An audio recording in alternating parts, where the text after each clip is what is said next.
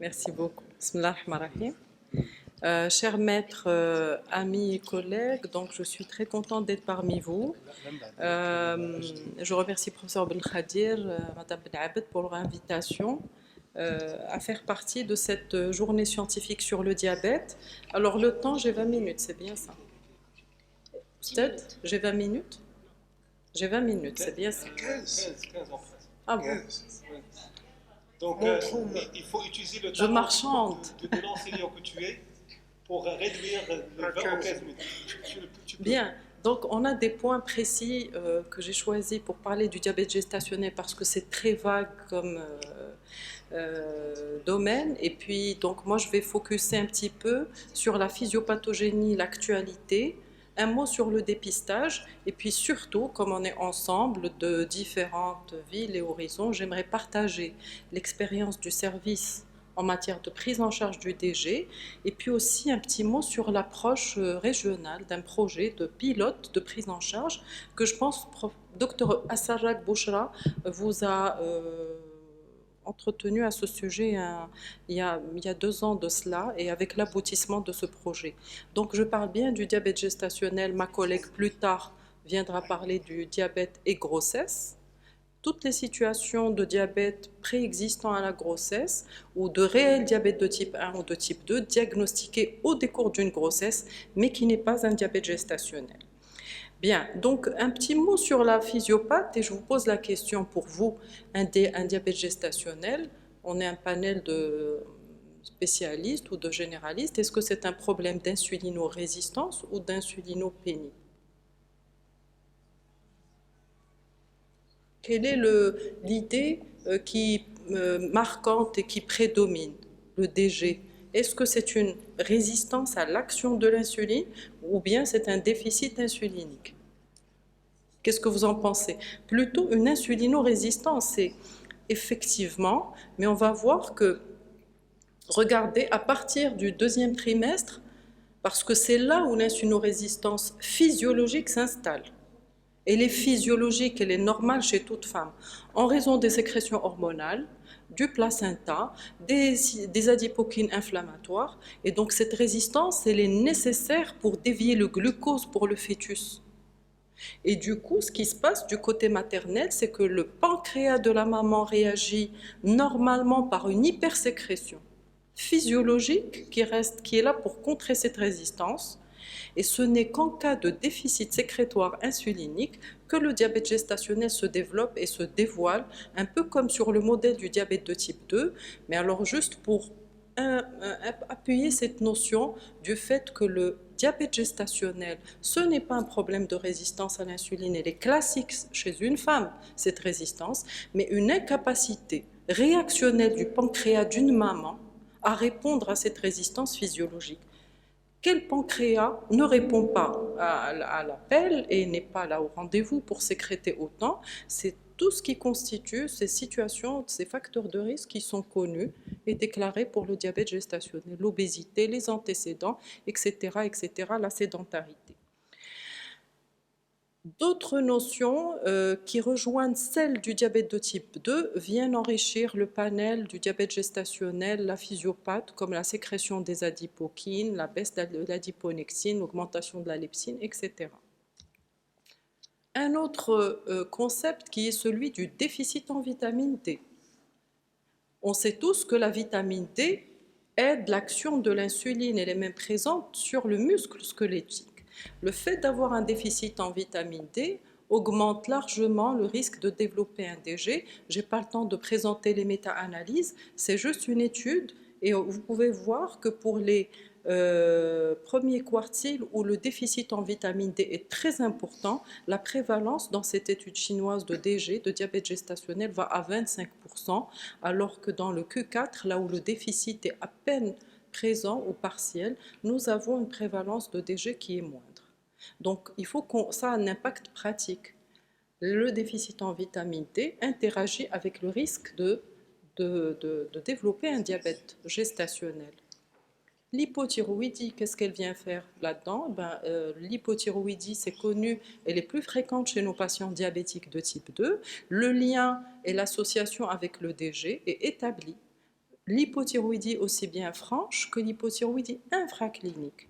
Donc voilà, je voulais juste, avec un petit bref rappel, juste vous dire que la physiopathogénie du diabète de type 2, assez complexe, fait interagir des phénomènes hormonaux, métaboliques, vitaminiques, vu que le statut maternel est particulier, que c'est une phase de bouleversement, et qui explique en fait que certaines femmes obèses en situation de DG ne font pas un diabète gestat et que d'autres en font.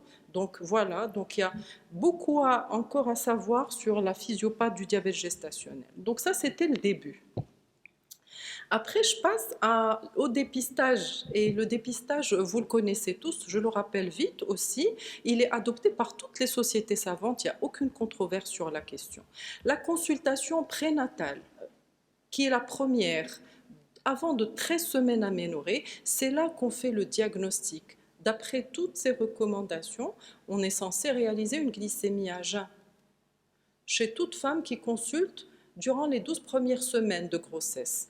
Si la glycémie à jeun dépasse 0,92, c'est pathologique, c'est retenu sur une seule valeur et non pas deux. Et bien sûr, si la glycémie dépasse 1,26, on ne considère pas cela comme un diabète gestationnel précoce, mais comme un diabète de type 2, qui était méconnu. Donc, cette notion de diabète gestationnel précoce échappe à beaucoup de médecins, vu que cette glycémie à jeun, en fait, n'est pas faite systématiquement au cours de la première consultation. Donc, c'est un point très important. Et puis, ces malades-là, qui déclarent leur diabète gestationnel et non pas le diabète type 2, au départ, sont à sur-risque de tout, de complications maternelles, obstétricales, de devenir fœtal et surtout de développer ultérieurement un diabète de type 2. Maintenant, passons à la période classique que vous connaissez tous pour le diagnostic du diabète gestationnel, qui est 24-28 semaines, par la réalisation d'une hyperglycémie provoquée par voie orale. Mais il faut bien qu'on s'assure qu'elle est faite dans les normes. Je reviendrai sur les chiffres. Donc, elle est faite par du glucose et non pas le sucre, parce que des fois, nous demandons la GPO, puis on ne sait pas le laboratoire, est-ce qu'il a fait une glycémie est-ce qu'il a réalisé selon les bonnes pratiques. C'est un produit Cooper, je ne fais pas la publicité, mais c'est un sachet de 75 grammes de glucose qui se mélange à 200 cc d'eau, et puis ça donne une sorte c'est gélatineux en fait, c'est pas bon du tout, et la patiente est censée l'ingérer en 5 minutes. Et il faut être muni de la montre et du minuteur pour réaliser à 1 heure et à 2 heures les glycémies.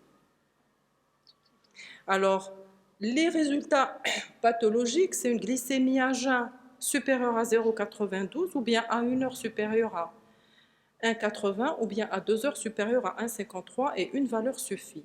Si la glycémie dépasse 2 grammes, là aussi on est dans le diabète de type 2 et non pas le diabète gestationnel. Donc le diabète gestationnel, nous restons réellement inférieurs aux valeurs diagnostiques d'un diabète de type 2. Donc ces notions et ces définitions sont très importantes. Dans notre pays, est-ce qu'il y a partout des laboratoires et le moyen de faire une glycémie veineuse? Non. C'est pour ça qu'on va voir dans le projet qu'on a développé dans la région de Marrakech qu'on s'est basé sur une glycémie capillaire pour faire la GPO au niveau des centres de santé primaires. Parce que c'est bien beau de dire qu'il faut faire la GPO à 24-28 semaines, mais comment je vais le faire moi à Etourir ou à Mzmez? Il faut être réaliste, donc il faut une adaptation au contexte. Donc pour résumer cette partie, la glycémie à jeun faite seule aux premières consultations prénatales permet le diagnostic de 2 entités. Un diabète gestationnel quand c'est supérieur à 0,92, dès lors que c'est supérieur à 1,26, on a un diabète de type 2, il faut le nommer. Il ne faut pas croire que la malade a un petit diabète, il faut lui dire vous avez un vrai diabète. 24-28 semaines, lorsqu'on fait la GPO, soit nous sommes dans les critères en fait de diabète gestat, ou bien encore une fois, si une glycémie à jeun supérieure à 26 ou post 1 heure ou 2 heures supérieure à 2 grammes après charge glucosée, nous sommes également dans les définitions du diabète. Maintenant, les experts nous disent que dans les pays à faible revenu comme le Maroc, eh ben, il faut trouver des solutions, il faut réaliser différemment ce test qui est validé et encourage la réalisation de la capillaire pour la GPO. Et il faut le faire. Et là, vous avez des recommandations de l'IDF avec des félicitations qui sont adressées à certains pays qui ont fait beaucoup d'efforts dans le domaine, comme l'Inde, le Pakistan, avec des guides propres à eux et qui ont validé la GPO juste par glycémie capillaire. Donc le diagnostic, le dépistage du DG se fait chez eux dans les contrées les plus éloignées, les centres de santé, juste avec ce protocole, mais au lieu d'avoir une glycémie veineuse, une glycémie capillaire. Et là, les recommandations nous disent que nous sommes dans l'obligation de trouver nos solutions à nous dans des pays qui sont à faible revenu. Et ça, c'est une question qui devrait être structurée dans le cadre d'une prise en charge du diabète gestationnel en impliquant les centres de santé primaires. Ce sera le sujet de la dernière partie. Qu'est-ce qu'on fait au service? Alors, une petite expérience d'un centre de niveau 3. Alors, chez nous, les malades avec diabète gestationnel ne sont pas vus en consultation. C'est aussi simple que ça. On considère que le temps alloué à la consultation n'est pas suffisant pour ces dames-là.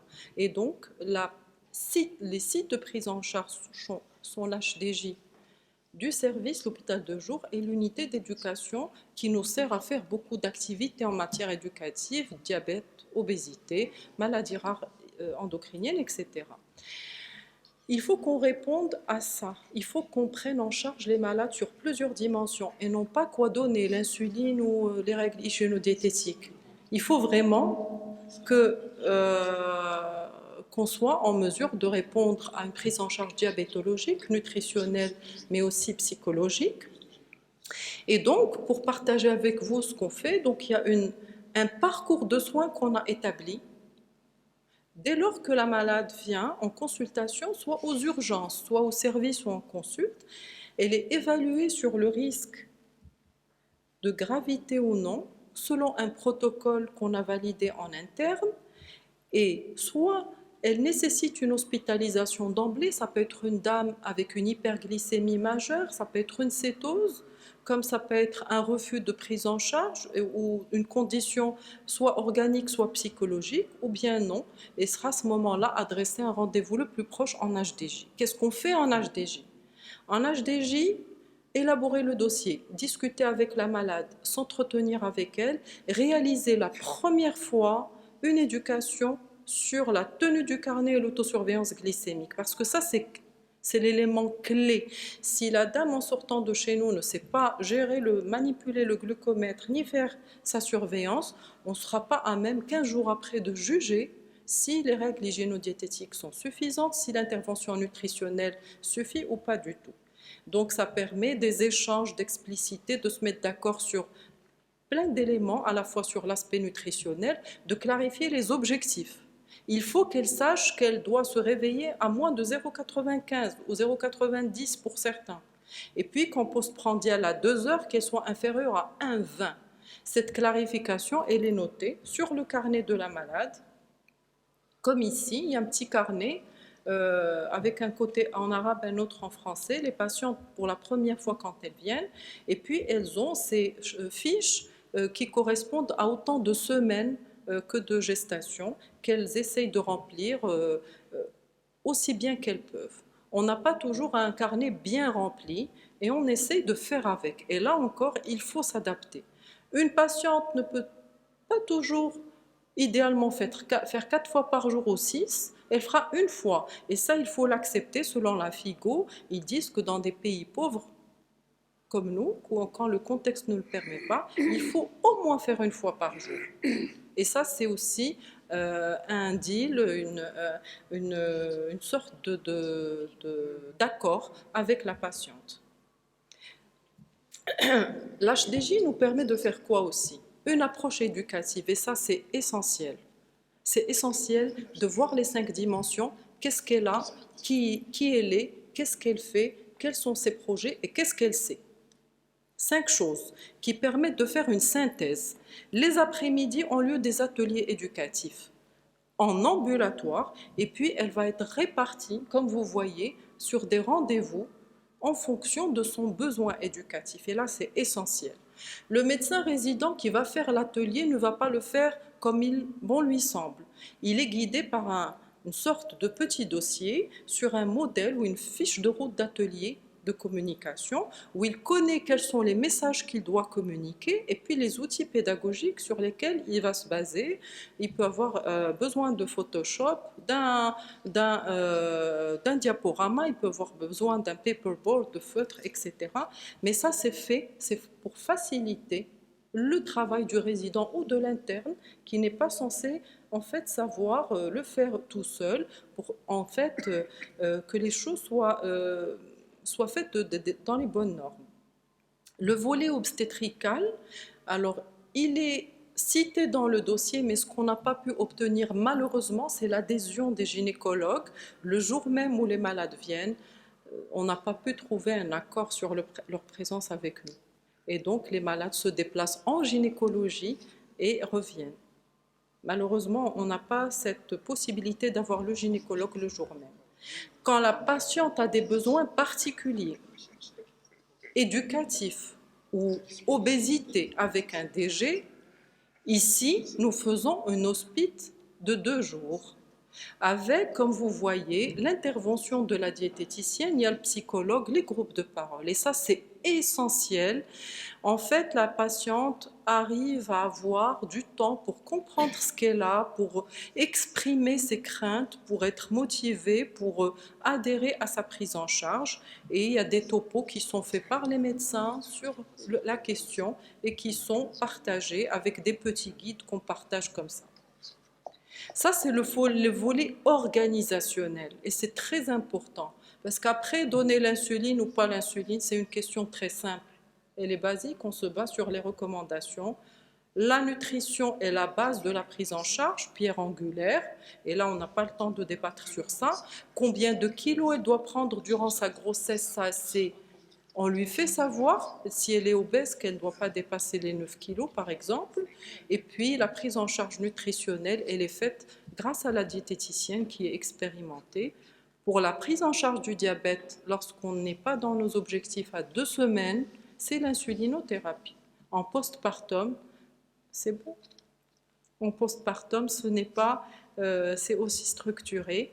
Alors, avec le NSP, 2 minutes, il y a eu un projet sur la région de Marrakech-el-Haouz, un très beau projet qui a été aussi en collaboration avec l'Institut Tropical.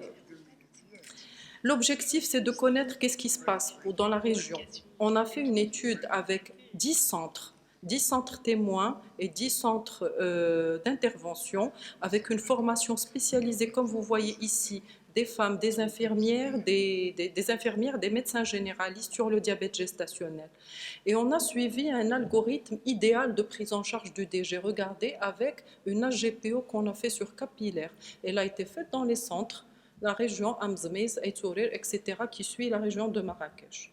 Le résultat a été en fin de décembre 2018 publié sur cette implémentation de projets de prise en charge qui montre que la prévalence chez nous dans la région de Marrakech n'est pas de 10%, comme on le dit, elle est de 23,7%, qu'il y a un avantage sur le poids, sur la macrosomie d'être suivie selon ce protocole-là, mais il y a eu des résultats un peu bizarres, c'est que les femmes qui ont eu un suivi bien corsé et dans le groupe d'intervention ont eu plus de problèmes sur le plan de complications de leur nouveau-né, qu'on n'a pas expliqué, alors que les complications obstétricales ont été largement inférieures dans le groupe d'intervention. En tout cas, ce groupe même dont je fais partie, on a ouvert une session de formation, la première au Maroc, organisée par le NSP avec nous-mêmes et beaucoup de collègues sur le site de l'NSP, sur le diabète gesta, qui répond à un besoin de formation des médecins sur la question du diabète gestationnel. Voilà, donc je finis par dire que cette situation problématique nécessite beaucoup de réflexion et qu'il faut qu'on trouve nos solutions. Cette prise en charge passe par beaucoup de choses, autres que par des moyens thérapeutiques pharmacologiques, et que le schéma idéal, qu'on a pu implémenter pour nous selon notre contexte serait celui-là, avec plutôt une HGPO de capillaire. Je vous remercie.